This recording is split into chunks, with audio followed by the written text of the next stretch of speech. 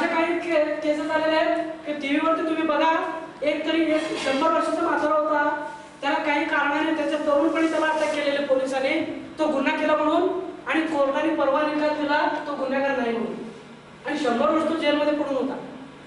आणि परवा मुलाखत देत होता तो, मी गुन्हेगार नव्हतो, मला पोलिसांनी पकडले, आता कोर्टाने मला निर्दोष सोडला, तो घरी जाऊन तो मरणारच आहे.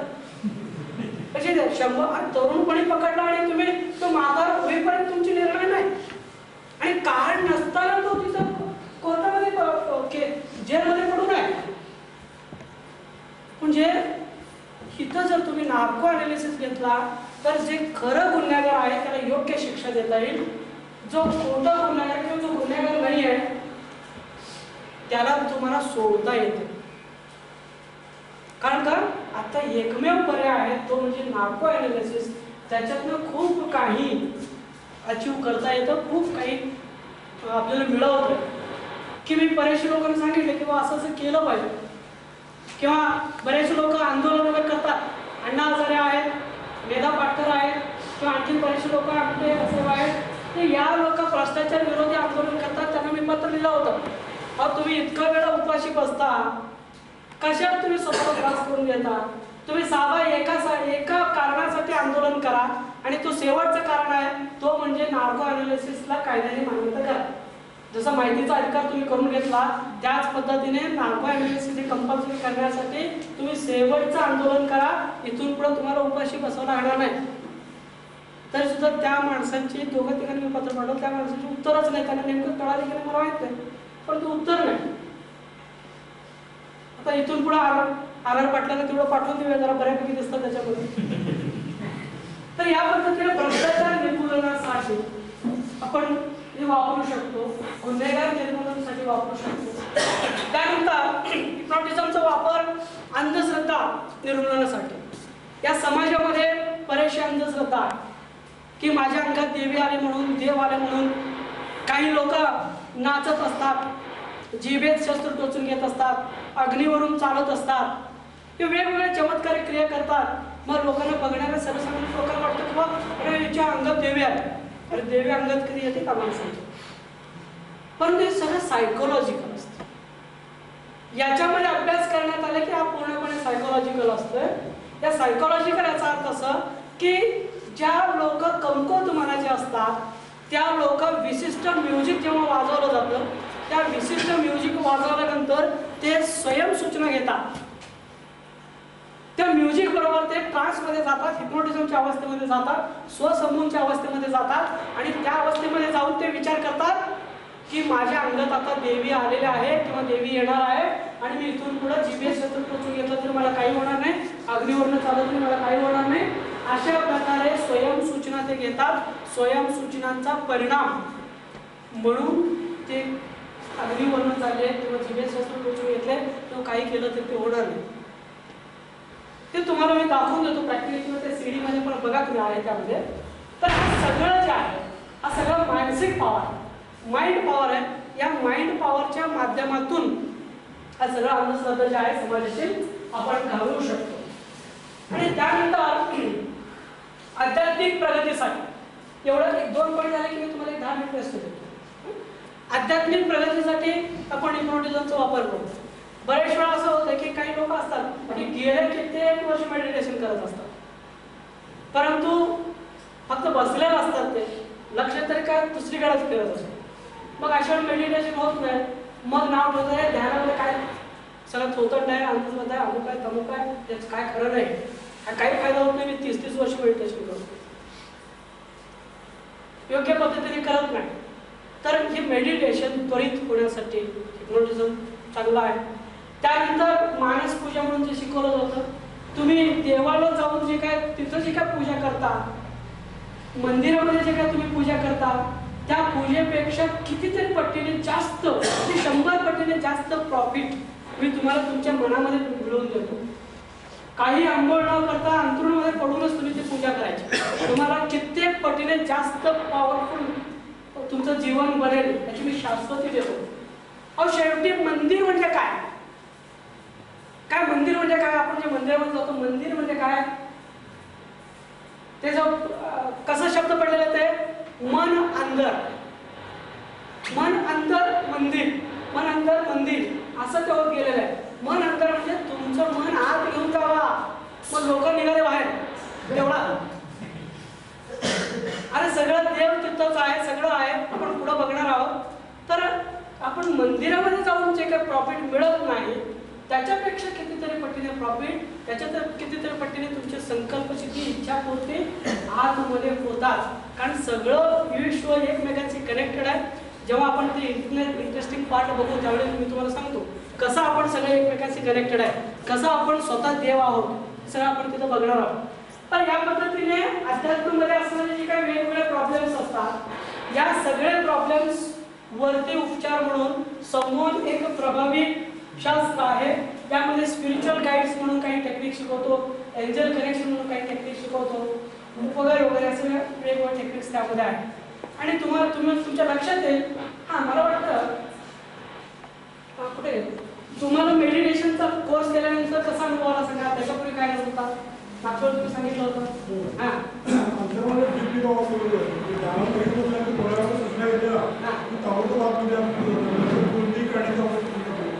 त्याच्यापूर्वी तुम्ही मेडिटेशन किती वर्ष? डिफरन्स एवढा होत नव्हता कधीच. आम्ही खूप बसत भावातील ज्यांना हे शिकलो होतो त्या पद्धतीने प्रयत्न केला ना कंटिन्यू शॉप घेण्याने सोडले सराव झाला. सराव सोयीसुद्धा केल्यामुळे एवढा ताबडतोब करून घेतलं त्याला. पहिल्या दुसऱ्या दिवशी तुम्ही लगेचच बसलो होतो. आपण सोयीसुद्धा जरी आतमध्ये गेलो आपल्याला वेदिन काही क्षणामध्ये तुम्ही आतमध्ये जाऊ शकता, बाहेर ड्रॉप करू शकता. अहो लोक 30-30 वर्ष मेहनत करतात त्याच्यावर कशासाठी पाहिजे. एवढं डेव्हलप्ड शास्त्र आहे, हिप्नोटिझम एवढं डेव्हलप्ड शास्त्र आहे, त्याच्यासाठी तुम्ही एवढं कशाला करता. अगदी विदिन काही मिनिटांमध्ये आपण आतमध्ये जाऊ शकतो, आपल्या संपूर्ण बॉडीवरती कंट्रोल आणू शकतो, सगळं पंचेंद्रियावरती आपण कंट्रोल आणू शकतो, मनावरती आपण कंट्रोल आणू शकतो. आणि तुम्ही इथून जेव्हा 5 दिवसांनी बाहेर पडणार आहे संध्याकाळी तुमच्या लक्षात येईल अगदी हवेत तरंगत जावं. अरे आपण खूप शिकलो. कित्येक लोकांनी त्याच्यावरती लिहिलेलं आहे जगातलं सर्वश्रेष्ठ नॉलेज मला या 4 दिवसामध्ये मिळालं. तुम्ही वाचा ते लोकांचे मनोभाव तुम्ही बघितलं असेल. जगातलं सर्वश्रेष्ठ नॉलेज मला या 4 दिवसामध्ये मिळालं. इतकं त्याच्यामध्ये आहे, तो आपण बघूया. तर या पद्धतीने आध्यात्मिक प्रगती करण्यासाठी आपण वापरू शकतो. त्यानंतर अतींद्रिय शक्ती विकास करण्यासाठी मगाशी मी तुम्हाला सांगितलेलं जे सिद्धी करतात लोक स्मशानामध्ये जाऊन किंवा आणखी मेडिटेशन करून समाधी अवस्थेमध्ये जाऊन जे काही लोक सिद्धी प्राप्त करून घेतात, दुसऱ्याच्या मनातले विचार ओळखणे, ॲस्ट्रल प्रोजेक्शन करणे वेगवेगळे, त्याच्यावरती आता खूप मोठं संशोधन झालेलं आहे. त्याच्यासाठी एवढं करण्याची गरज नाही. तुम्ही जर डीपमध्ये जायला लागला तर त्यावेळी या सिद्धी किंवा या जे काही गोष्टी आहेत त्या सगळ्या गोष्टी तुम्हाला सुद्धा प्राप्त होतील. संसार सोडून जंगलामध्ये जायची गरज नाही आणि कित्येक वर्ष झाडाखाली बसायची गरज नाही. फक्त काही दिवसाच्याच सरावाने तुम्ही त्या साधू संतांच्याच सगळ्या पॉवर्स अचीव करू शकता. अशा प्रकारचे टेक्निक्स आज डेव्हलप झालेले आहेत जे मी पुढच्या ह्याच्यामध्ये माझ्या वर्कशॉपमध्ये पूर्ण अतींद्रिय शक्तीवरती हे सगळं असणार आहे. फक्त अतींद्रिय शक्तीवरती वर्कशॉप असणार आहे. सूक्ष्म देहाने बाहेर कसं पडायचे, मनाने दुसऱ्याकडे कसं जायचे, मनाने दुसऱ्याचे विचार मग कसं पाठवायचे वगैरे वगैरे, हा पूर्ण मे महिन्यातलं वर्कशॉप फक्त अतींद्रिय शक्तीवरती असणार आहे. कारण आमचं त्याच्यावरती खूप मोठं संशोधन चालू आहे.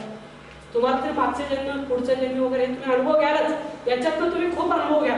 त्या 5 दिवसामध्ये खूप अनुभव घ्या त्याच्यामध्ये.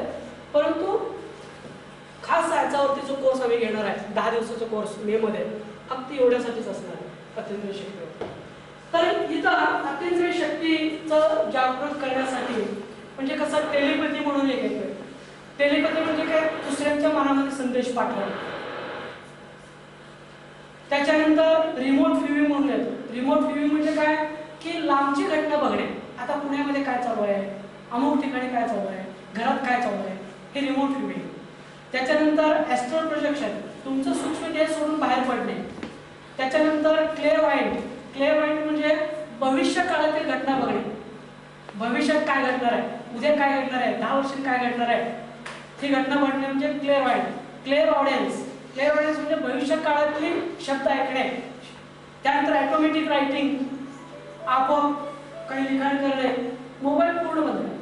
त्याच्यानंतर माइंड फक्त तुझा मोबाईलकडे ठेव, चालू ठेव. लोक आपली यायचे त्यांना ॲड्रेस सांगायला. त्याच्यानंतर माइंड रिडिंग, सायकोमेट्री. सायकोमेट्री म्हणजे नजरेने किंवा वस्तू हातात धरून दुसऱ्यांचे स्वभाव सांगणे, दुसऱ्यांचं भविष्य सांगणे. त्याच्यानंतर टेलिकायनेसिस, नजरेने वस्तू हलवणे वगैरे, या सगळ्या बऱ्याचशा गोष्टी त्याच्यामध्ये आहेत. आपण त्याच्याबद्दल 5व्या दिवशी डिटेलमध्ये अभ्यास करणार आहोत. त्यानंतर नेक्स्ट उपयोग आहे की करमणुकीसाठी. हिप्नोटिझमचा वापर करतो आपण करमणुकीसाठी. म्हणजे एकाच वेळी जसं आपण सिनेमा, नाटक, सर्कस हे करमणुकीचे साधन म्हणून वापरतो, त्याच पद्धतीने हिप्नोटिझम सुद्धा एक अत्यंत चांगलं करमणुकीचं शास्त्र आहे. याच्यामध्ये फसवेगिरी नाही किंवा याच्यामध्ये हातचलाकी नाही. हा पूर्णपणे शास्त्र आहे. समोरचा माणूस कोऑपरेशन दिला तर तो हिप्नोटाइज होतो आणि तोच माणूस इथं डान्स करणार. प्रेक्षकांनीच लोक इथं डान्स करत असल्यामुळं हा शास्त्र काय फसवेगिरीचं शास्त्र नाही किंवा असं काय हातचलकीचं शास्त्र नाही. हा पूर्णपणे शास्त्रीय आहे, ओरिजिनल आहे आणि सगळ्यापेक्षा करमणुकीचं शास्त्र आहे. सगळ्यापेक्षा इंटरेस्टिंग शास्त्र आहे. कारण तुमच्यातलीच लोक तिथं नाचणार आहेत, तुमच्यातली लोक गाणे म्हणणार आहेत. कधी न नाचणारा नाचतोय, कधी गाणं न म्हणणारा गाणं म्हणतो, कधी न भुंकणारा भुंकतो स्टेजवरती. अशा प्रकारे तिथं वेगवेगळ्या करमणुकीचे कार्यक्रम आपण करून घेतो. जे एकाच वेळी अनेक लोकांना हिप्नोटाइज करून त्यांना जर आपण सांगितलं तुम्ही भिकारी आहात, भीक मागा, तर ते भीक मागायला लागतील. तुम्ही कुत्रे आहात, भुंका, मग कुत्र्यासारखं भुंकायला लागतील. तुम्ही खूप चांगले वक्ते आहात, तुम्ही भाषण करा, तर ते भाषण करायला लागतील. त्यांना कितीही भीती असू दे, स्टेज भीती कितीही असले, मागाशी कोण सांगितलं मला स्टेज भीती आहे, तूच कर. आणि कुणाला स्टेज भीती,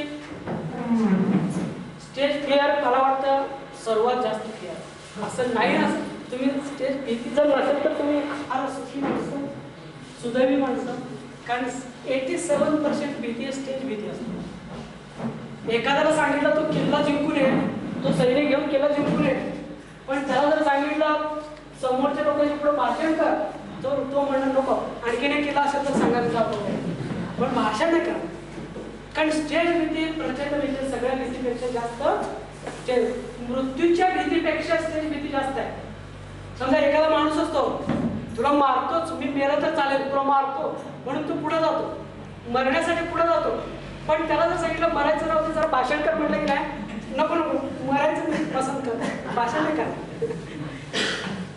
कारण सगळ्यापेक्षा जास्त स्टेज फिअर आहे.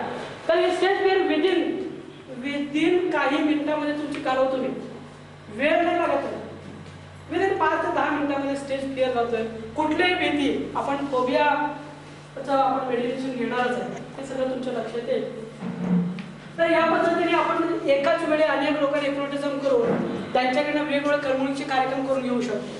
त्यांना जर सांगितलं डान्स करायला लागतील, त्यांना जर सांगितलं खुर्ची 2 ठेवल्या आणि त्याच्यावरती असं उभा केलं पुतळ्यासारखं आणि त्याच्या फोटोवर उभा राहिला तर तो वाकत नाही. त्यांना जर सांगितलं तुम्ही लेडीज आहात आणि मेकअप करायला लागतील. त्यांना जर सांगितलं तुम्ही बाळ आहात, रांगायला लागतील. किंवा असे कोणत्या प्रकारचे, समजा एखादा हिप्नोटिझमच्या अवस्थेत आहे, त्याला जर अमोनियाचा वास दिला आणि सांगितलं तुझ्या नाकासमोर गुलाब आहे, तर अमोनियाचा वास तो गुलाब म्हणून घे. अमोनिया म्हणजे खूप उग्र असतं आणि गुलाबाचं फूल नाकासमोर झाला आणि अमोनिया आहे म्हटला तर एकदम डोळ्यातलं पाणी काढेल, पूर्ण पाणी. आणि थंडी आहे आणि जर त्याला सांगितलं तुला उकडायला लागलं तर अक्षरशः त्याला ते उकडायला लागेल, घाम त्याच्या शरीरावरती तुम्हाला दिसेल. आणि उकडत असेल तर त्याला सांगितलं थंडी आहे तर अक्षरशः थंडीने ते उकडावं लागेल. ते काहीही तुम्ही सूचना दिला तर त्या पद्धतीने ते सूचना पाळतात आणि त्या पद्धतीने एक इंटरेस्टिंग कार्यक्रम करतात. म्हणून लोकांना बघायला खूप इंटरेस्ट वाटतो. आपण सीडी लावतो ते तुम्ही बघा आणि तुमच्याकडनं पण मी करून घेणार आहे मोफतमध्ये. कारण काय, हे ध्यान म्हणजे काय, समाधी म्हणजे काय, आनंद म्हणजे काय, त्या सगळ्या गोष्टी आज बोलणारच आहे. परंतु तुम्हाला थेरॉटिकली सांगून काय उपयोग. आनंद म्हणजे असं असतं, ध्यान म्हणजे असं असतं, त्याला अनुभव घ्यावा पाहिजे. मग ते अनुभव तुम्हाला शेवटी मिळणार. 5 ते 6 हा पूर्ण अनुभवाचा काळ असणार आहे. त्याच्यानंतर अधूनमधून आपण काय करतो, वेगवेगळे एक्सपेरिमेंट करणार आहे. तर या पद्धतीने करमणुकीचे कार्यक्रम म्हणून हिप्नोटिझमचं आपण करू शकतो. त्यानंतर नेक्स्ट प्रॉपर्टी, तर महत्त्वाचं सगळ्यात महत्त्वाचं प्रॉपर्टी काय, तर आपल्या जीवनामध्ये आपल्याला जे अचीव करायचं आहे, जे मिळवायचं आहे, जे प्राप्त करायचं आहे, ज्या संकल्प मनामध्ये आहेत त्या संकल्प पूर्ण करण्याचे शास्त्र म्हणजे हिप्नोटिझम शास्त्र. तुम्ही जर अंतर्मनाच्या काही खोल अवस्थेत गेला आणि अंतर्मनाच्या खोल अवस्थेमध्ये जाऊन ज्यावेळी तुम्हाला सांगितलं जातं की तुमच्या गोल्स तुम्ही प्रोग्रामिंग करा, तुमच्या अंतर्मनाला सांगा मला अमुक अमुक पाहिजे, माझं काम अमुक अमुक व्हायला पाहिजे, अमुक अमुक व्यक्ती पैसा देत नाही तो दिला पाहिजे, अमुक अमुक झाला पाहिजे, या पद्धतीने तुम्ही तुमच्या अंतर्मनामध्ये सांगा आणि तुमचं अंतर्मन त्या पद्धतीने काम करणार.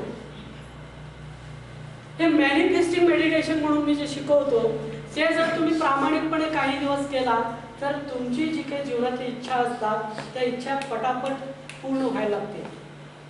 तुम्हाला पाहिजे त्या पद्धतीनं सगळं काम तुमच्या माइंड मधून करून घेता येईल. ज्याला आपण अध्यात्म म्हटलं जातं की प्रार्थना कर की रे, देवाला सांग की रे. प्रार्थना कर म्हणजेच काय, स्वयंसूचना घे, मला आनंदी ठेव, त्याला सुख समृद्धीयुक्त ठेव, माझ्याकडे भरभराटी वाढू दे, अमुक या जे सूचना मी आपण घेतो किंवा देवाला जे सांगतो ते सांगणे म्हणजे स्वयंसूचना. आणि ते सायंटिफिकली कसं सांगायचे, लवकरात लवकर रिझल्ट पाहिजे असेल तर ते सायंटिफिकली कसं सांगायचे, अंतर्मनाला कसे कळवायचे, हे तुम्हाला ह्या टेक्निक मी तुम्हाला जेव्हा शिकवतो त्यावेळी जर तुम्ही माइंड प्रोग्रामिंग केला तर तुमच्या लक्षात येईल की आपण जे विचार करतो ते फटाफट काम होतात. तर यावेळी तुम्हाला खूप एक तिसरा दिवस तरी असा की तिसरा दिवस पूर्ण माइंड प्रोग्रामिंगसाठी आहे. तुमचे सगळे प्रॉब्लेम लिहून आणायचं आहे, इथंच लिहायचं आहे. तर त्या कसं प्रोग्रामिंग करायचे, मनाला कसं सांगायचे हे सगळं आपण करून घेतो. तर एक 2-3 उदाहरण आपल्या विद्यार्थ्यांचे सांगतो आणि माझे जे उदाहरण आहेत मी एका वहीमध्ये लिहून ठेवलेलं आहे. वेळ जर मिळाला सगळं वही मी तुम्हाला दाखवतो की बाबा मला अमुक अमुक पाहिजे होतं, अमुक अमुक मला मिळालं, हे सगळं मी उदाहरण त्या वहीमध्ये पूर्ण वही भरलेलं आहे. फक्त काही उदाहरण तुम्हाला देतो आणि हे उदाहरण जे आहेत ना, या उदाहरण सगळे जुन्या बॅचचे विद्यार्थ्यांचे. जुन्या बॅचचे म्हणजे कसं की पहिल्या बॅचचे जे काही विद्यार्थी होते त्यांचे उदाहरण, त्याच्यानंतर बरेचसे आहेत, तुम्ही ते फाईल बघू शकता, बरेचसे उदाहरण त्याच्यामध्ये आहेत. परंतु आम्ही नंतर माइंड प्रोग्रामिंगसाठी वेळ देत नव्हतो कारण आम्हाला थिअरी आणि प्रॅक्टिकलसाठीच वेळ कमी पडत होतं. त्यांना मी सांगत होतो नंतर तुम्ही घरी माइंड प्रोग्रामिंग करा. पण यावेळी असं होणार नाही, यावेळी तुमच्याकडे इथंच करून घेणार आहे, इथंच तुमचे प्रॉब्लेम्स मॅक्झिमम सोडवले जाणार आहे. तर एक 2-4 उदाहरण मी देतो आणि त्याच्यानंतर आपण जरा रेस्ट घेऊया आणि पुन्हा एका महत्त्वाच्या विषयाकडे आपण वळणार आहोत. खूप महत्त्वाचा विषय ते म्हणजे मन म्हणजे काय, आत्मा म्हणजे काय, परमात्मा म्हणजे काय, आपला आणि परमात्माचा काय संबंध आहे आणि आपण कोण आहोत. तर आता एक 2-3 एक उदाहरण देतो. एक मोहन गोजर म्हणून होते, हे सगळे जुन्या बॅच विद्यार्थी आहेत. त्याच्यानंतर खूप लोकांची उदाहरणं आहेत, खूप लोकांचे अनुभव आहेत, पण माझ्याकडे आहेत नोट म्हणून मी तुम्हाला सांगतो. एक डॉक्टर मोहन गोजर म्हणून होते, त्यांनी असंच एक वर्कशॉप वेळी ते आले होते. तर ते शारजामध्ये सायकोलॉजी डिपार्टमेंटचे हेड आहेत. तर ते आले होते आणि त्यांनी सांगितलं की सर अध्ययन शक्ती एवढं सोपं आहे का, तुम्ही डेव्हलप करू शकता का वगैरे वगैरे. म्हटलं तुम्ही बघा, म्हटलं अटेंड करा, तुम्ही जर गेला टीममध्ये तर होऊन जातं. तर ते अटेंड केले. 15 दिवस त्यांनी शारजाला फॅक्सने हे पाठवलं, रजा पाठवले आणि त्यानंतर शेवटच्या दिवशी आम्ही जेव्हा सांगतो तुम्ही प्रोग्रामिंग करून घ्या, त्यावेळी त्यांनी प्रोग्रामिंग केले की असं केलं की बाबा माझं 6 वाजता संध्याकाळी 6 वाजता मिसेसचा फोन येऊ. बरोबर संध्याकाळी 6 वाजता त्यांचा मिसेसचा फोन आला मोबाईलवर. त्यानंतर एक मोहन हे घाटिया म्हणून होते, घाटियस, तर त्याने असा संकल्प केला की मला घरी गेल्यानंतर भडंग खायला मिळवले. तर त्या दिवशी असं झालं की घरात 2 पाहुणे आले होते, दोघांनी भडंगच आणलं. आज ती व्यक्ती गुजरातमध्ये पण आता कोल्हापूरमध्ये सुद्धा आहे, ती आहे काही दिवसासाठी. असं कधी होत नाही भडंग आणतं पाहुणे, पण त्या दिवशी ते आणले. त्यानंतर एक राजू म्हणून एक होता, राजू अडके, त्याने असं सूचना देत होती की माझा गोव्याचा भाऊ मला घरी जाईपर्यंत भेटायला येऊ दे. तर हा संध्याकाळी घरी जाईपर्यंत गोव्याचा चुलता भाऊ आला होता. त्याला विचारलं, तू कसं काय आला? तो म्हणला, अरे तुला भेटावं असं वाटलं मी आलो. त्यानंतर एक माने म्हणून होते इचलकरंजीचे, जे पेपरमध्ये ॲड वगैरे असतात, माने सगळे माझे विद्यार्थी आहेत. तर त्यांनी असं सूचना घेतल्या किंवा एखाद्याला टेलिपॅथीचा प्रयोग करावा असं त्यांनी विचार केला आणि एखाद्याला मन पटलावरती आणला आणि सूचना दिल्या की तू अमुक मला भेटायला ये. तर तो माणूस एक तासाभरात भेटायला आला. त्यांना म्हटलं योगा आहे, शेजारीच राहतो, आला असं सोडून दे. आणि दुसऱ्या एखाद्या त्यांनी सूचना दिलं, तो होता जरासा लांब आणि ते पण आले भेटायला त्या दिवशी दुपारी. हे कसं काय होतं? आणखी एखादा सूचना दिली, तो कोल्हापूरला गेलेला असं दाखवलं. तर त्याला सूचना दिली की तू मला भेटायला. तर त्यावेळेस तोही माणूस त्या दिवशी भेटायला, म्हणजे फोनवरनं नव्हे, मनात सूचना. तुम्ही म्हणा ह्याच्यात काय फोन म्हणणार माणूस येतच मनात सूचना. मग तोही माणूस तो भेटायला आला. या अशा प्रकारे काही लोकांनी जे मला अनुभव सांगितलेले किंवा लिहून दिलेले आहेत ते मी तुम्हाला एक दोन तीन सांगतो. त्यानंतर वृषाली पाटील म्हणून एक मुली होती. त्याने एक असं झालं होतं की तिची बहीण एक नागपूरवरून येणार होती. तर रेल्वे स्टेशनवरती तिचं आणि हिचं हे झालं, गाठीभेट झालेलं नाही. आणि तिने लगेच तिथं रेल्वे स्टेशनवर बसली 10 मिनिटं आणि सूचना दिली की तू कुठं असशील तिथनं मला फोन कर मोबाईलवर. तर तिची बहीण ती रिक्षा पकडून घरी जात होती आणि तिला अचानक तिला असं वाटलं की तिला फोन करावं. अचानक रिक्षा थांबवले, STD बूथवर गेले, फोन केले आणि सांगितले मी घरी निघाले. मग त्यांचा असं कॉन्टॅक्ट झाला. त्याच्यानंतर बनकर सर आता इथं होते, आता गेले ते आत वर असतील. त्यांनी एक असं झालं होतं की त्यांना वर्कशॉपला येत असताना ते म्हटलं, सर एवढा पैसे माझ्याकडे भरायला नाही, मी उद्या परवा दिला तर चालेल का? म्हणजे त्या म्हटलं काय अडचण नाही. मग त्यावेळेस त्यांनी एक सूचना घेतली की बाबा मला पैसे मिळवले. तर त्यांना पण माहित नाही की बाबा एक चेक येणार होता काय, पण त्या घरी जायचं तो चेक येऊन पडलेला होता. आणि ह्याने जी एक सूचना अशी घेतली होती की मागच्या 2 वर्षापूर्वी रंकाळ महोत्सवामध्ये बनकर नावाची एक मुलगी प्रथम आली होती फॅन्सी ड्रेसमध्ये. मग त्यांनी सूचना घेतलं होतं, व्हिज्युअलायझेशन केलं होतं की माझी मुलगी फर्स्ट होते फॅन्सी ड्रेस. आता इथं जस्ट सर आहेत.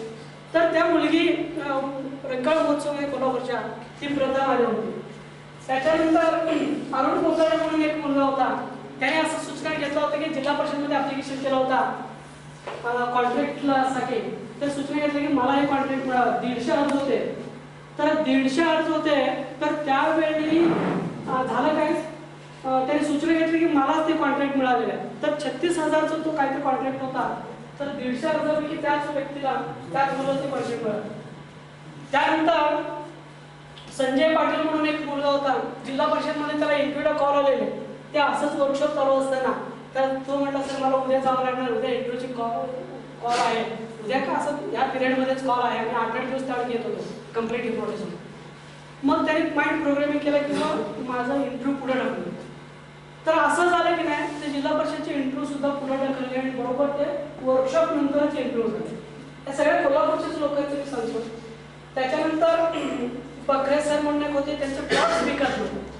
त्यांचे प्लॉट्स काही खड्ड्यामध्ये होते, ते विकत नव्हते, प्लेन प्लॉट्स विकत होते. परंतु ह्याने जेव्हा व्हिज्युअलाइज केला, बी प्रभाकर म्हणून पेपरला ॲड असतं बघा, मिरजेचे हिप्नोटिस्ट बी प्रभाकर. तर त्याने असं सूचना घेतली की माझे प्लॉट्स विकू आहे. तर त्यावेळेस त्यांचे प्लॉट्स त्याच मुलाचे पैसे मिळाले. त्यानंतर संजय पाटील म्हणून एक मुलगा होता. जिल्हा परिषदमध्ये त्याला इंटरव्ह्यूला कॉल आलेले. ते असंच वर्कशॉप चालू असताना तर तो म्हटला, सर मला उद्या जावं लागणार, उद्या इंटरव्ह्यूची कॉल आहे, उद्या का असं या पिरियडमध्येच कॉल आहे. आणि 8-8 दिवस त्यावेळी येत होतो कम्प्लीट इन्फॉर्मेशन.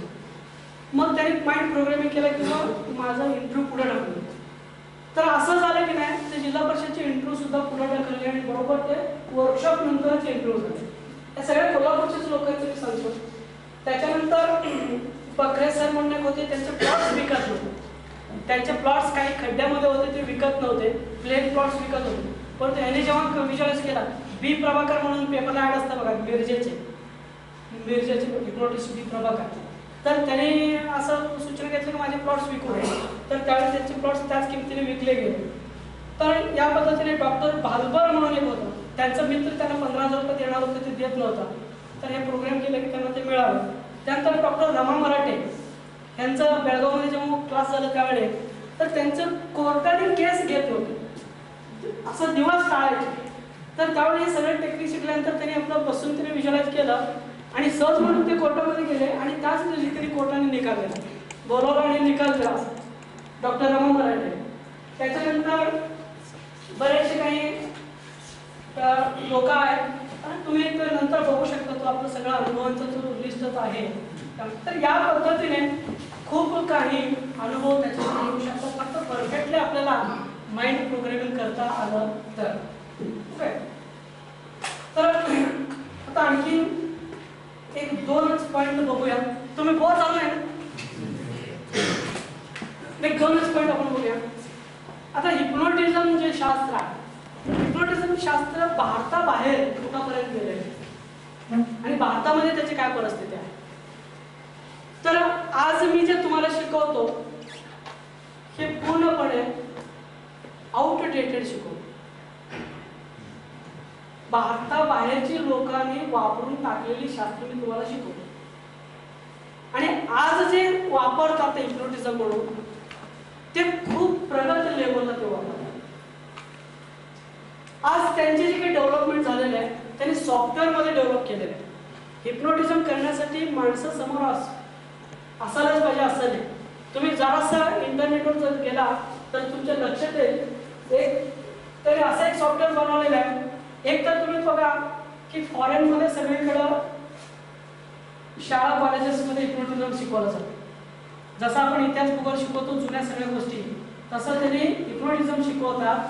स्वतः कसं जगायचं आणि दुसऱ्याला कसं जगू द्यायचं हिप्नोटिझम शिकवतात. अगदी तिथं PhD पर्यंत तुम्ही करू शकता. त्याच्यानंतर तिथं पोलीस, शिक्षक किंवा इतर सगळ्या कर्मचाऱ्यांसाठी ते कंपल्सरी केलेलं आहे. खेळाडूंना हिप्नोटिझमचं कंपल्सरी आहे, कारण त्यांना माहित आहे एक व्यक्ती 9 व्यक्ती इतकं काम करू शकतो. एका व्यक्तीकडे क्षमता किती असते बघा, तर 9 व्यक्ती इतकी क्षमता असते, काय क्षमता असते तेवढं तो काम करू शकतो. म्हणून लोकसंख्या जरी कमी असलं तरी ते जास्त आपल्यापेक्षा काम करतात. कारण का, तर त्यांच्याकडे असलेली ती पॉवर वापरतात. आपण लोकसंख्या भरपूर आहे पण काम कमी करतो, पण ते काय करतात, काम जास्त करतात कारण ते हिप्नोटिझमचा वापर ते करतात. त्याच्यानंतर त्यांच्यामध्ये संशोधन केंद्र आहे. हिप्नोटिझम विषयी ते वेगवेगळं संशोधन ते करत असतात. त्यानंतर ते गुगल हिप्नोसिस, कोर हिप्नोसिस, टेले हिप्नोसिस, न्यूरो हिप्नोसिस असे वेगवेगळ्या प्रकारचे तंत्र त्यांच्यामध्ये डेव्हलप केलेले आहेत. टेले हिप्नोसिस म्हणजे काय, न्यूरो हिप्नोसिस म्हणजे एक जुनी पद्धत, आदिवासी लोकांची एक हिप्नोटिझमची पद्धत आहे. त्याच्यानंतर कोर हिप्नोसिस म्हणजे काय, कोर हिप्नोसिस म्हणजे माणूस समोर असायला पाहिजे असं नाही हिप्नोटिझमसाठी. ते इथं बसूनच तुम्हाला सूचना देणार, इथं बसूनच तुम्हाला ते व्याधीमुक्त करणार, ते कोर हिप्नोसिस. त्याच्यानंतर टेले हिप्नोसिस सुद्धा त्यातलंच एक प्रकार आहे, जरा ॲडव्हान्स पार्ट आहे तो. त्यानंतर सबलिमिनल मेसेजेस म्हणून एक केलेलं आहे. सबलिमिनल मेसेजेस म्हणजे काय, काही सॉफ्टवेअर त्यांनी डेव्हलप केलेले, काही सॉफ्टवेअर असे डेव्हलप केलेले त्यांनी की त्याच्यामध्ये एका लोअर फ्रिक्वेन्सीला त्यांनी सूचना मारतात. जसं आपण कॅसेट ऐकतो की नाही, ते कॅसेट ऐकल्यानंतर ते कॅसेट मधलं जे काही साऊंड आहे ते साऊंड आपलं बाह्य मनाला ऐकू येतं. परंतु त्याने असे काही CDs बनवलेले आहेत, त्या CD जर लावले तर त्या CD तुम्हाला काहीच ऐकू येणार नाही. परंतु तुमचं अंतर्मन लोअर फ्रिक्वेन्सीला ऑपरेट होत असतोय, तर त्या लोअर फ्रिक्वेन्सीला 4 हर्ट्झ या फ्रिक्वेन्सीला त्यांनी सूचना तयार केलेल्या आहेत.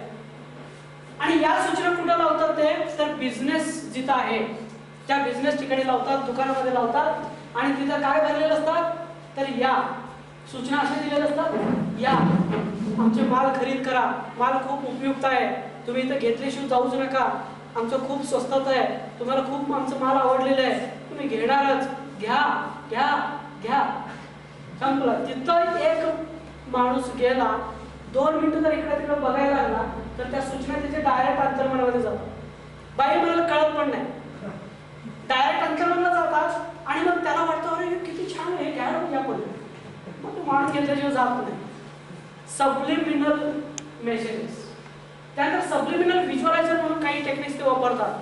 काय, पिक्चर्स किंवा advertise, for example Thums Up, Coca Cola वगैरे आहे की नाही, त्या पद्धतीने तिथं फॉरेनमध्ये ॲडव्हर्टाईज जेव्हा देतात त्यावेळी त्या ॲडव्हर्टाईजचे मागे काही चित्र ते देतात. त्या चित्र तुमच्या या डोळ्याला दिसणार नाही किंवा बाह्य मनाला कळणार नाही. बाह्य मनाचे काही फ्रिक्वेन्सी आहेत तर ते तुम्हाला दिसणार नाही. फक्त तुम्हाला थम्सअप पीत असलेलं कोकाकोला पीत असलेलं तेवढं दिसणार. परंतु ऍक्च्युअली त्याच्यामध्ये सबलिमिनल व्हिज्युअलायझर जे टाकलेले असतात त्या असे काही टाकलेले असतात की नाही तर त्या तुमच्या डायरेक्ट अंतर्मनावरती परिणाम करतात आणि तुम्ही उठून ते थम्सअप पिलंच पाहिजे. तुम्ही उठून ते वस्तू मार्केटमध्ये आणलंच पाहिजे. कारण का ते डायरेक्टली त्याच्या तुमच्या सबकॉन्शियस माइंडमध्ये सूचलं जातं. इतक्या प्रगत अवस्थेमध्ये ते लोक आहेत. त्याच्यानंतर लुसिड ड्रीमिंग अमुक अमुक वेगवेगळे टेक्निक खूप टेक्निक आहेत काय तर इतके आहेत. पण आपण आता जे शिकतो ना ते फार आउटडेटेड आहे. आपण वापरत पण नाही याच्याबद्दल विचार पण करत नाही. तरी सुद्धा आपण विचार करूया 5 दिवसांनी. ओके तरी सुद्धा हे जर तुम्ही शिकला तर तुमच्या लक्षात येईल अरे याच्या पलीकडे आणखी काय असू शकते. 5 दिवसानंतर तुमच्या लक्षात येईल याच्या पलीकडे आणि काय असू शकते. ओके तर हिप्नोटिझमचे प्रगत अवस्था मी तुम्हाला सांगितलेलं आहे की बाहेर आणि तुम्हाला डेव्हलप करायचं असेल तर तुम्ही करू शकता. खूप काही मटेरियल तुम्ही मागू शकता. हे सगळे त्यांनी विकार आहेत. सबलिमिनल व्हिज्युअलायझर आहे सबलिमिनल मेसेज. आता समजा एखाद्या घरामध्ये सतत भांडण आहे तर त्यावेळी तुम्ही अशा प्रकारचे सीडी आणला. सीडी आणून उगी लावून ठेवायचं आणि त्याला डबल रेकॉर्डिंग करता येतं. डबल रेकॉर्डिंग कसं तर तुम्ही ते साधे गाणे पण करू शकता पिक्चरचे गाणे करू शकता आणि त्याच्या मागे तुम्ही हे सबलिमिनल मेसेज देऊ शकता. तर तुम्ही त्या घरामध्ये लावला पिक्चरची गाणी किंवा गणपतीच्या आरती आणि त्याच्या मागे त्या सजेशन दिला की बाबा तुम्ही सुखाने नांदा कोणी भांडू नका सगळे एकमेकांवरती प्रेम करा सगळे एकमेकांना आवडता सगळे एकमेकांना समजून घ्या चांगले काम करा असं सूचना जर तुम्ही भरला त्याच्यामध्ये आणि काही दिवस तुम्ही घरामध्ये लावला तर डायरेक्ट त्या सूचना घरातल्या व्यक्तींच्या वरती परिणाम करतात आणि तिथून पुढे तुमच्या लक्षात येईल की लोकांच्या मध्ये सगळं बदल झाला. त्यामुळे तुम्ही वेगवेगळ्या कामासाठी बिझनेसमध्ये वापरू शकता घरामध्ये वापरू शकता. आणखीन काय तुम्हाला कसं डोकं चालेल त्या पद्धतीने तुम्ही वापरू शकता आणि त्याचा वापर तुम्ही करून घेऊ शकता. आणि जे काय तसं सॉफ्टवेअर डायरेक्टली मिळतात. तुम्ही त्याची सीडी स्वतः बनवू शकता दुसऱ्याला सुद्धा विकू शकता. खूप मोठं मार्केट होऊ शकतं. जो सॉफ्टवेअर इंजिनियर असेल त्याला ते तुम्ही मला भेटा तुम्हाला सांगतो मला एक आवडलं. त्यानंतर संमोहनाचे प्रकार. संमोहनामध्ये आपण असं बघूया त्याच्यानंतर तीन मुख्य पार्ट केले त्याने. स्वसंमोहन स्टेज संमोहन आणि संमोहन उपचार. सेल्फ हिप्नोटिझम स्टेज हिप्नोटिझम आणि हिप्नोथेरपी. सेल्फ हिप्नोटिझम म्हणजे काय स्वतःच्या स्वतः अंतर्मनाच्या खोल अवस्थेत जाणे किंवा हिप्नोटाईज करून घेणे आणि स्वतःचे जे काय प्रॉब्लेम्स असतील ते अंतर्मनाला सांगून अंतर्मनाकडनं स्वतःची प्रॉब्लेम सॉल्व्ह करून घेणे. बीपी आहे शुगर आहे भीती आहे किंवा आणखी काही वेगवेगळे प्रॉब्लेम्स आहेत ते स्वतःचे स्वतः उपचार करण्याचं जे काही शास्त्र आहे त्याला आपण म्हणतो सेल्फ हिप्नोटिझम. त्याच्यानंतर स्टेज हिप्नोटिझम म्हणजे काय तर एक व्यक्ती दुसऱ्या अनेक व्यक्तींना स्टेजवरती हिप्नोटाईज करून त्यांच्याकडनं जर करमणुकीचे कार्यक्रम करून घेत असेल डान्स करायला लावणे गाणे म्हणायला लावणे भाषण करायला लावणे अशा पद्धतीने वेगवेगळे करमणुकीचे कार्यक्रम करून घेत असेल तर त्याला आपण म्हणतो स्टेज हिप्नोटिझम. त्यानंतर हिप्नोथेरपी म्हणजे काय संमोहन उपचार.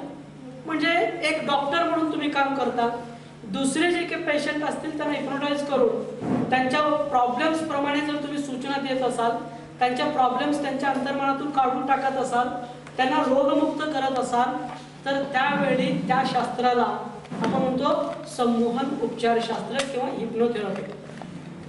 या मुख्य 3 पार्ट त्याच्यामध्ये आहेत आणि आज जो आपण बघतो 5 दिवसामध्ये ते फक्त सेल्फ हिप्नोटिझम. आणि हा सेल्फ हिप्नोटिझम पूर्ण आध्यात्मिक बेसवरती आहे. पूर्ण माइंड पॉवर किंवा आत्मा परमात्मा हे इच्छाशक्ती दुःख सुख आनंद अमुक तमुक या सगळ्या ज्या गोष्टी आहेत जे जगण्यासाठी उपयुक्त आहे स्वतःला स्वतःच्या प्रगतीसाठी जे उपयुक्त आहे त्याच्यावरती आपण या 5 दिवसामध्ये बघणार आहे. हिप्नोथेरपी किंवा स्टेज हिप्नोटिझम ह्या सोलापूर आणि नाशिकचे बॅच झाल्यानंतर पुन्हा कोल्हापूरमध्ये ते होईल. आणि त्यानंतर काही ब्रँचेस आणखी काही केलेले त्याने कसं क्रिमिनल हिप्नोसिस. क्रिमिनल हिप्नोसिस म्हणजे की फक्त त्यांनी गुन्हेगारासाठी वापरतात. जसं अब्दुल करीम तेलगीवरती केलेले आहे किंवा इंद्रिय शक्ती ज्याला आपण सिद्धी म्हणतो याच्यासाठी जर तुम्ही डेव्हलप करत असाल, कुंडलिनी जागृती किंवा वेगवेगळे जे आपण म्हटलं जातं, मला तुम्हाला सांगितलं telepathic, remote viewing, astral projection वगैरे वगैरे, याच्यासाठी जर तुम्ही वापरणार असाल तर त्याला आपण अकल्ट हिप्नोसिस. तर अशा पद्धतीने खूप काही हिप्नोटिझमचे प्रकार त्यांनी केलेले आहेत.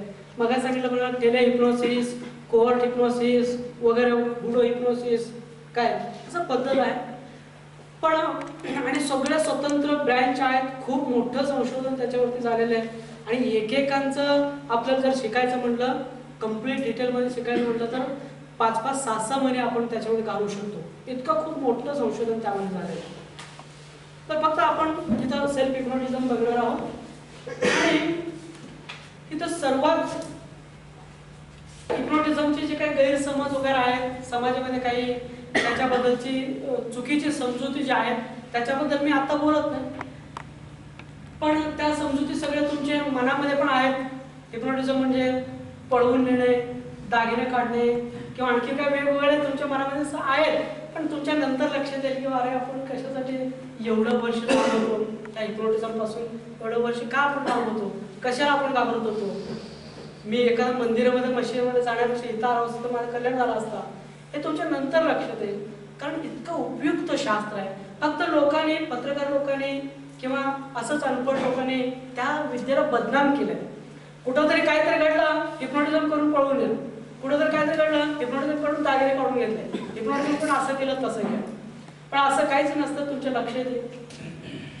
तर आता आपण बघणार आहोत की मन हा इंटरेस्टिंग इम्पॉर्टंट विषय आहे.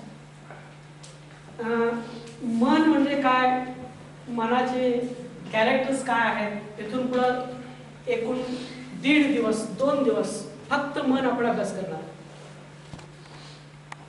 एक एक पॉइंट तुम्ही शिकत असताना तुम्हाला असं वाटेल की खुर्चीवर उड्या मारावं असं वाटतं. इतकं इंटरेस्टिंग पॉइंट आहे. आणि फक्त तुम्हाला माहित नाही का अरे माझ्याकडे एवढी शक्ती आहे, एवढी पॉवर आहे, मी एवढं करू शकतो. आणि कुठं डोकं दुखी आणि कुठं बीपी घेऊन बसलाय, त्याच्या पलीकडे खूप आहे. हे तुमच्या लक्षात येईल जेव्हा तुम्ही हे सगळे मनाचे रूल्स, मनाचे कॅरेक्टरिस्टिक्स, मन कसं काम करतं आणि त्याचा अनुभव तुम्ही जेव्हा स्वतः घ्याल तेव्हा लक्षात येईल अरे मी पण देवच आहे, अहम ब्रह्मास्मी. तर अहम ब्रह्मास्मी किंवा आपण देव कसा आहोत हे आज आपण सायंटिफिकली बघणार, सायकोलॉजिकली बघणार, प्रॅक्टिकली बघणार. ओके. तर पहिल्यांदा आपण बघणार की मन म्हणजे काय. कोणाला सांगता येईल मन म्हणजे काय, मनाची व्याख्या काय देता येईल. मन म्हणजे काहीच नाही, कारण का मनाची व्याख्याच अस्तित्वात नाही. आजपर्यंत खूप सायंटिस्ट लोकांनी मनाबद्दल संशोधन करण्याचा, अभ्यास करण्याचा प्रयत्न केला, परंतु कुणाही एकाला मनाबद्दल व्याख्या देता आलेली नाही.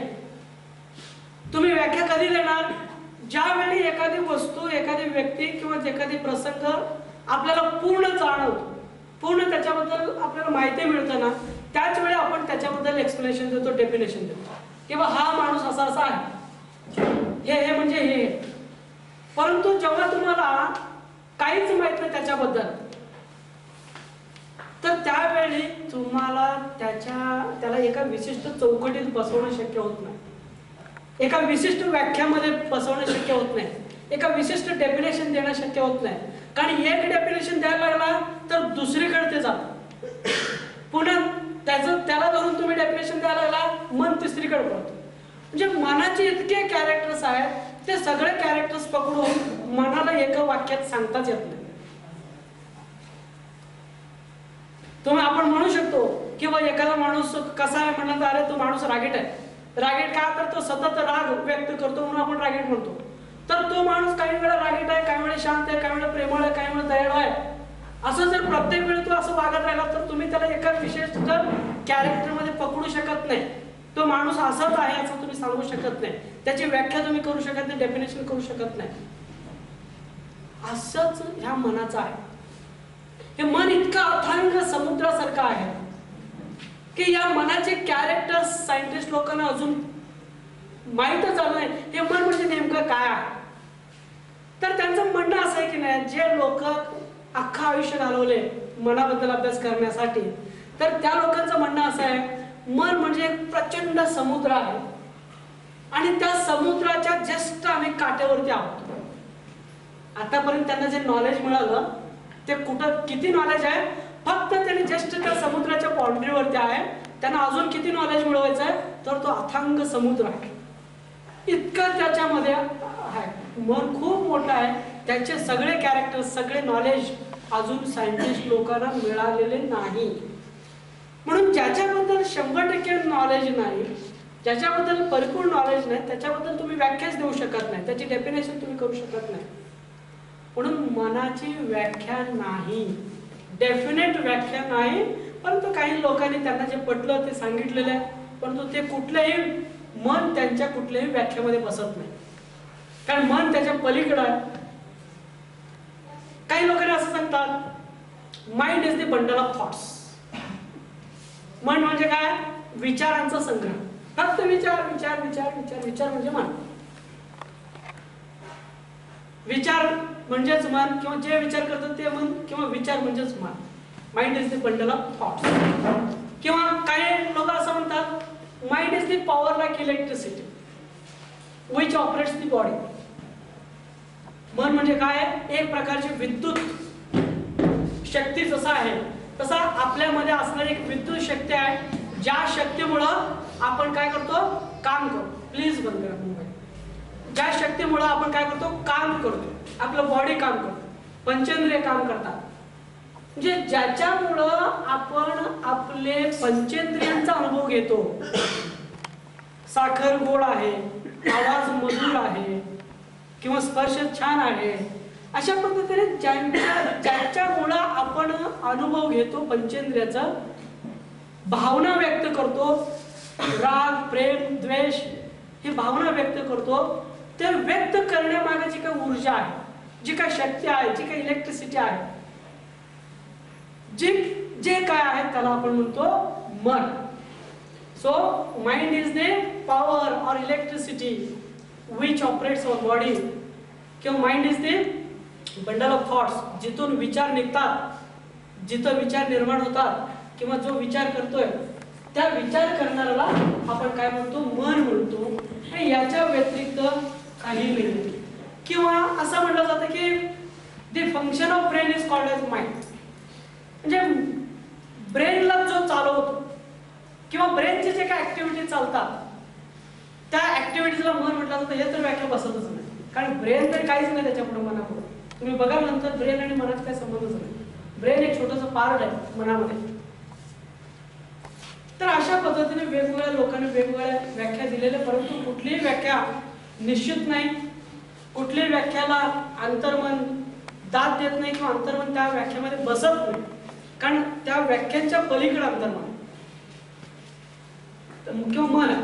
त्यानंतर मनाचं स्थान कुठं आहे आपल्या बॉडीमध्ये ह्याचंही कुणाला माहित नाही, नेमकं मन कुठं आहे कुणाला माहित नाही। काही लोक म्हणतात मन मेंदूमध्ये, नाही मेंदूमध्ये। काही लोक म्हणतात मन हृदयात आहे, हृदयात पण नाही। मन बिंबित आहे, बिंबित पण नाही। वेगवेगळे एक्सपेरिमेंट असं दाखवतात की मन इथं नाही, तिथं नाही, इथं नाही, तिथं नाही। परंतु वेगवेगळ्या धर्मामध्ये वेगवेगळ्या सायंटिस्ट लोक, वेगवेगळे संत लोक हे सांगितलेले काही स्थान काय आहेत, मन ब्रेन मध्ये काय आहे असं न्यूरोलॉजी सांगतो, मन आपल्या हृदयात आहे किंवा थर्ड आय मध्ये आहे असं अध्यात्म सांगतो, मन बिंबित आहे असं काही धर्म सांगतात। परंतु याच्याबद्दल कोणाचं एकमत झाले नाही, नेमके मन कुठं आहे। पण असं मानलं जातं की हा जो पॉइंट आहे इथं मनाचा कॉन्टॅक्ट पॉइंट आहे, हे आपण पुढे बघूया की हृदयात आहे असं मानलं जातं, परंतु ते 100% सत्य नाही। याचाच अर्थ मन कुठेही जागेवरती नाही, कोणत्याही ठिकाणी स्थिर नाही। हे आपण जिथं हात लावू, जिथं विचार नेऊ, तिथं मन येतं। मनाचे स्थान निश्चित नाही, मनाची व्याख्या निश्चित नाही, हे तुम्ही लक्षात घ्या। त्याच्यानंतर मनाचे प्रकार, एकूण अध्यात्मामध्ये खूप मनाचे प्रकार सांगितलेले आहेत, छोटे मोठे प्रकार सांगितलेले आहेत, परंतु त्याच्यावरती तरी अजून अभ्यास झालेला नाही, सायंटिस्ट लोकांचा अभ्यास झालेला नाही. फक्त 2 मनाबद्दल त्यांचं बऱ्यापैकी अभ्यास झालेला. बऱ्यापैकी म्हणजे किती, एक 10 ते 15% अभ्यास झालेला आहे एकूण मनाच्या. त्यांच्याच म्हणण्याप्रमाणे मी बोलतो. तर एकूण 2 मन असतात, एक बाह्य मन आणि एक अंतर्मन. कॉन्शियस माइंड आणि सबकॉन्शियस माइंड. कॉन्शियस माइंड म्हणजे काय, सबकॉन्शियस माइंड म्हणजे काय, आपण नंतर व्याख्या बघूया. त्यानंतर हे 2 खाजगी मन आहेत. प्रत्येकानं हे 2 खाजगी मन आहेत, स्वतःचे मन आहेत, मालकीचे मन आहेत. परंतु यांना सोडून आपण आपल्या जीवनामध्ये एकूण 3 मन वापरतो. 2 मन आपले स्वतःचे आणि 1 मन युनिव्हर्सल माइंड, कॉमन माइंड. सगळे मिळून कलेक्टिव्हली 1 मन वापरतो. ज्या मनाला आपण कलेक्टिव्ह माइंड म्हणतो, कॉमन माइंड म्हणतो, युनिव्हर्सल माइंड म्हणतो. पण तो आपल्याकडे जे आहेत ते 2 मन आहेत. आणि यांचे वेगवेगळे नाव मी तुम्हाला सांगतो, त्यांचे रिलेशन सांगतो. त्या वेगवेगळे नाव कसं आहेत बघा. हे जे बाह्य मन आहे, बाह्य मनाचे लोकांनी, वेगवेगळ्या धर्माने, वेगवेगळ्या शास्त्रज्ञांनी, वेगवेगळ्या अनुभवी लोकांनी दिलेली जी नावं आहेत, ते नावं नष्टालेले का, हे नावं मी तुम्हाला सांगतो. पण आपण असं करूया का, नाश्ता घेऊ युअर माइंड या पद्धतीने. त्याच्यानंतर याला पॅरासायकोलॉजी मध्ये फक्त माइंड म्हटलं होतं. त्यानंतर याच मनाला, बाह्य मनाला, न्यूरोलॉजीच्या भाषेमध्ये लेफ्ट ब्रेन म्हटलं. डावा मेंदू किंवा बाह्य मन हे दोन्ही एकच आहेत, फक्त वेगवेगळे नावाने ते ओळखतात. हे डावा मेंदूचं काम चालू आहे असं म्हटलं जातं न्यूरोलॉजीमध्ये. सायकोलॉजीमध्ये म्हटलं जातं हे बाह्य मनाचे काम चालू आहे. आणि अध्यात्मामध्ये म्हटलं जातं हे मनाचे काम चालू आहे. अध्यात्मामध्ये मन म्हटलं जातं बाह्य मनाला, फक्त मन म्हणजे बाह्य मन, लक्षात घ्या. त्याच्यानंतर न्यूरोलॉजीमध्ये लेफ्ट ब्रेन म्हणजे आपलं बाह्य मन. आणि त्यानंतर या पद्धतीने आता अंतर्मन म्हणजे कुठलं बघा, की अंतर्मनाला वेगवेगळे नाव आहेत. आणि अत्यंत इंटरेस्टिंग पॉइंट किंवा ज्याच्यावरती आपण अभ्यास करणार आहे तो मन म्हणजे हे अंतर्मन. या अंतर्मनाला अव्यक्त मन, अबोध मन, सुप्त मन, दैवी मन, प्राण, जीव, देवदूत, एंजल्स, सबकॉन्शियस माइंड, त्यानंतर inner mind, subliminal mind, unknown mind, subjective mind, illogical mind, creative mind, pure mind, त्यानंतर सायकिक माइंड, त्यानंतर इन्फानाइट इंटेलिजन्स. आणि न्यूरोलॉजीमध्ये त्याला राईट ब्रेन म्हणतात. राईट ब्रेनचे जे काय फंक्शन सांगितलं जातात, की राईट ब्रेन असं आहे तसं आहे वगैरे, ते राईट ब्रेनचे फंक्शन्स म्हणजेच अंतर्मनाचे कॅरेक्टर्स. ते राईट ब्रेन म्हणून ज्या ज्या पॉइंट सांगतात न्यूरोलॉजीमध्ये, राईट ब्रेनचे ज्या ज्या फंक्शन सांगितले जातात त्या त्या फंक्शन्स, सेम फंक्शन्स सायकोलॉजीमध्ये सायकोलॉजिस्ट काय करतात बघा, अंतर्मनाचे फंक्शन सांगतात. हे अंतर्मन असं असं असतं, असं असं काम करतात, त्याचे कॅरेक्टर्स असे असे आहेत. आणि त्याने अंतर्मनाचे जे कॅरेक्टर सांगतात त्याच कॅरेक्टर इथं न्यूरोलॉजी वाल्यांचं राईट ब्रेनचे कॅरेक्टर्स दोन्ही एकच आहे. म्हणून ज्याला याने अंतर्मन म्हणतात त्यालाच त्याने राईट ब्रेन म्हणतात. आणि सर्वात महत्त्वाचं पॉइंट आजच्या व्याख्यानातलं, तर ज्यांना आपण अंतर्मन म्हणतो, सायकोलॉजिस्ट अंतर्मन म्हणतात, न्यूरोलॉजिस्ट राईट ब्रेन म्हणतात, त्यांनाच अध्यात्मामध्ये आत्मा म्हटलं जातं. अध्यात्मामध्ये आत्मा म्हटलं जातं, स्पिरिट म्हटलं जातं, सोल म्हटलं जातं. कुणाला, तर आपल्या अंतर्मनाला. अंतर्मन म्हणजेच राईट ब्रेन, राईट ब्रेन म्हणजेच आत्मा. हे तुम्ही लक्षात घ्या. हे तिन्ही वेगवेगळ्या लोकांनी सांगितलेले आहे. न्यूरो ब्रेनचा अभ्यास करणाऱ्यांनी त्याला राईट ब्रेन म्हटले. राईट ब्रेन मध्ये अशा अशा प्रकारच्या अतिंद्रिय शक्ती असतात, अशा अशा क्रिएटिव्ह काम करतोय, असं असं आहे वगैरे. राईट ब्रेनचे सगळे फंक्शन्स आहेत, हे सगळे फंक्शन्स हे अंतर्मनाचे आहेत. इथून पुढे फार महत्त्वाचं सिलेबस चालू होता आपला. आतापर्यंत सगळं तुम्ही विसरून गेला तर मला काही म्हणायचं नाही, पण इथून पुढचा जो सिलेबस आहे खूप इंटरेस्टिंग सिलेबस आहे आणि आपल्या जीवनाला उपयुक्त अशा प्रकारे सिलेबस आहे. तर इथं न्यूरोलॉजीमध्ये ज्याला राईट ब्रेन म्हणतात त्यालाच सायकोलॉजिस्ट सबकॉन्शियस माइंड किंवा अंतर्मन म्हणतात, आणि ज्याला अंतर्मन म्हटलं जातं त्यालाच अध्यात्मामध्ये आत्मा म्हणतात. त्यामुळं अंतर्मन is equal to right brain is equal to आत्मा. हे इक्वेशन तुम्ही लक्षात ठेवा. त्यानंतर मी तुम्हाला सांगितलं की आणखीन एक मन ते जे आपण कलेक्टिव्हली वापरतो, आपलं खाजगी मन नाही, ते मन जे आहे ते कॉमन मन, सगळ्यांचं रिलेशन त्या मनाशी आहे. आणि त्या मनाला वेगवेगळे नावं दिलेले. विश्वमन, universal mind, divine mind, common mind, collective consciousness, cosmic intelligence, nature, काही लोक निसर्ग म्हणतात, निसर्गाने असं केलं, निसर्ग तसं केलं, nature, infinite mind, universal energy, cosmic energy, supreme mind, सर्वोत्तम मन, सुप्रीम पॉवर, त्यानंतर विश्वात्मा, युनिव्हर्सल सोल, त्यानंतर सुपर कॉन्शियस माइंड, त्यानंतर युनिव्हर्सल लायब्ररी, त्यानंतर अध्यात्मामध्ये म्हटलं जातं परमात्मा, देव, गॉड, अल्लाह, भगवान. ज्याला आपण देव म्हणतो, गॉड म्हणतो, अल्लाह म्हणतो, भगवान म्हणतो, त्याला पॅरा सायकोलॉजी मध्ये युनिव्हर्सल माइंड म्हणतात, कलेक्टिव्ह माइंड म्हणतात, कॉमन माइंड म्हणतात, युनिव्हर्सल इंटेलिजन्स म्हणतात, सायन्सच्या भाषेमध्ये कॉस्मिक एनर्जी म्हणतात. नावं वेगवेगळे आहेत. जे स्वतःला सुशिक्षित समजतात ते निसर्ग म्हणतात. असे वेगवेगळ्या पद्धतीने नावं दिलेला, परंतु हे सगळे नाव जे आहेत हे सगळे नाव देवाला आहेत. सगळे नाव कॉमन माइंड आहेत, सगळे नाव कॉन्शियस हे असं कॉमन इंटेलिजन्सला आहेत. तर या पद्धतीने आपण काय करतो बघा, एकूण 3 मन वापरत असतो. त्यातले 2 मन आपले खाजगी आहेत आणि 1 मन हा कॉमन आहे. लक्षात ठेवा. सायकोलॉजी मध्ये ज्याला कॉमन माइंड म्हटलं जातं, युनिव्हर्सल माइंड म्हटलं जातं, त्याला अध्यात्मामध्ये देव म्हणतात, हिंदू धर्मामध्ये देव म्हणतात, ख्रिश्चन मध्ये गॉड म्हणतात, मुस्लिम मध्ये अल्लाह म्हणतात. अशा वेगवेगळे नावं त्यांनी दिलेलं आहे. हे मग हे सगळंच म्हणून निसर्ग म्हणतात. निसर्गाने असं केलं, निसर्गाने तसं केलं. परंतु सगळे लोकांनी, सगळ्या सायंटिस्टनी, सगळ्या धर्मगुरूंनी, सगळ्या संतांनी एक पॉइंट वरती ते त्यांचं एकमत आहे, ते म्हणजे आपल्याला किंवा निसर्गाला चालवणारी एक शक्ती आहे.